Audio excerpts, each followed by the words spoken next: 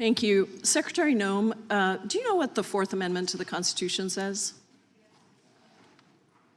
Search and seizure processes. Yep. What about it? Huh? What about it? What about search and seizure? It guarantees the right to a lawful search and seizure. It protects individuals against unreasonable searches and seizures by the government. And I ask you that because I've sent you 3 different letters going back to February of 2025 raising concerns that you are unlawfully detaining U.S. citizens in violation of the Fourth Amendment. It was not until yesterday afternoon, more than a year after I sent you my first letter, that I finally received a response from you stating that ICE has detained 18 U.S. citizens. I want to introduce you to just 4 of the U.S. citizens unlawfully detained by ICE who are not even included in the 18 individuals that you cite in your response to me. They're in this room with us, and I invite each of you to stand as I read your story.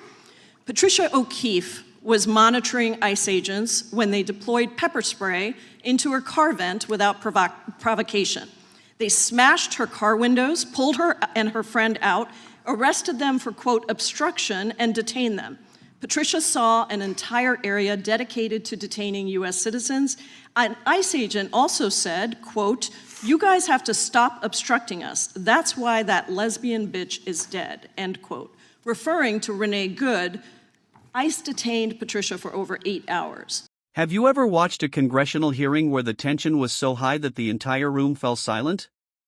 That's exactly what happened during this explosive exchange, as a member of Congress confronted the Department of Homeland Security Secretary with allegations that American citizens had been detained while exercising their constitutional rights.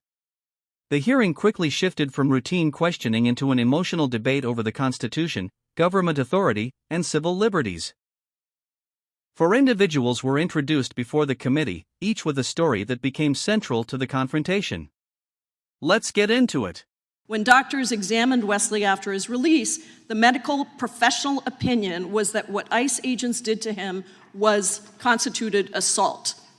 Edmund Higgins is a U.S. Marine Corps veteran. While legally observing ICE, he honked his horn a couple of times, and when he saw agents driving down a narrow road, he actually drove away. But agents chased him until he sought refuge at a local police station.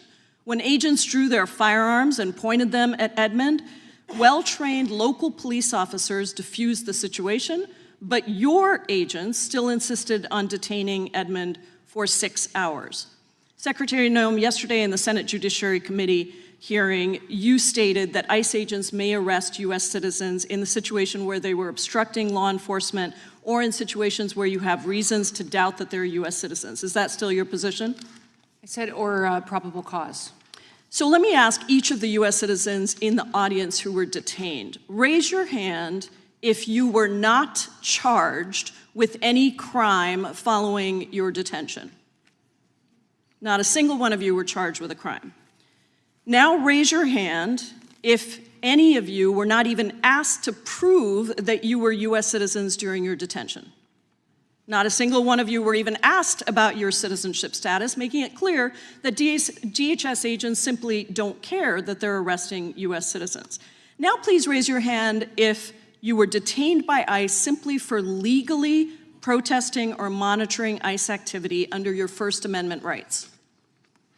All 4 U.S. citizens have raised their hands that they were detained simply for legally protesting or monitoring ICE activity.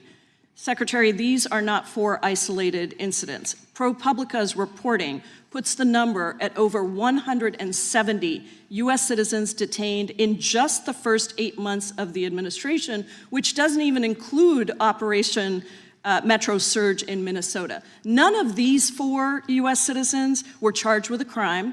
None had their citizenship questioned, and all were lawfully exercising their First Amendment rights. Do you have anything you want to say to them or the millions of American citizens across the country that are watching this and horrified at what your department is doing?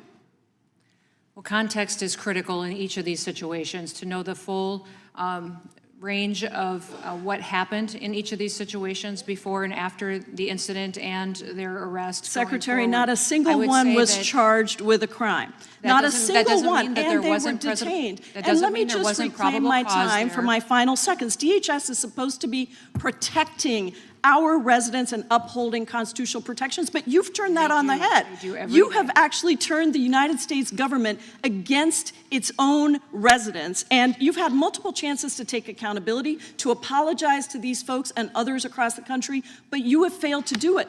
Yours is a case of failed leadership, Secretary. You need to resign, be fired, or be impeached. The time of the because gentlelady- you don't have the right to. Don't forget to like, comment, and hit the subscribers button for more political and controversial showdowns.